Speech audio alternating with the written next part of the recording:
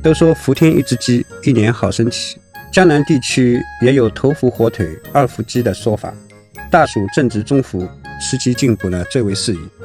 今天给大家带来的手撕咸鸡是江南地区传统的一道冷菜，皮脆肉香，口感清凉，非常适合炎热的夏天。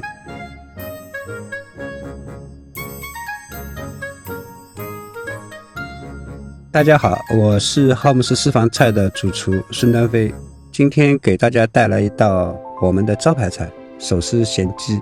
我们先来制作腌鸡肉的花椒盐，炒锅烧热，放入食盐炒热，加入八角、花椒、香叶同炒，等盐的颜色呢微微发黄就可以关火了。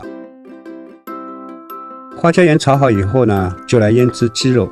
这道菜呢一定要用炒鸡，因为它的肉质呢紧致，油脂较少，口感也更清爽。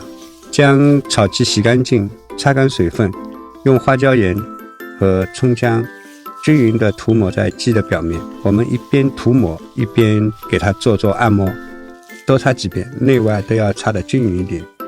擦拭好以后，把剩余的葱姜塞入鸡的内腔里面，盖上保鲜膜，常温下呢腌制个2个小时。接下来呢就烧一锅开水，把腌制好的鸡洗干净擦干，放在开水里面烫皮。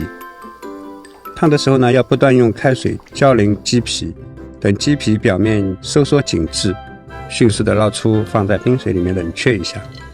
急速的冷却呢可以使鸡皮口感更脆，也能保证鸡皮的完整。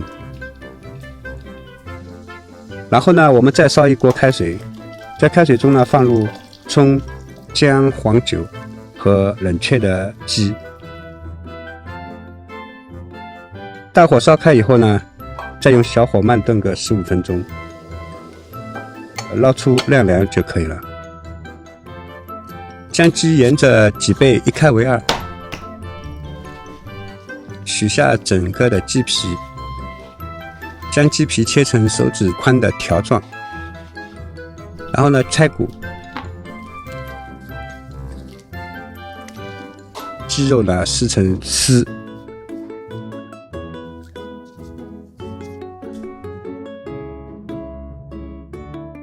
加入适量的鸡粉、食盐、熟的芝麻，然后香油拌匀。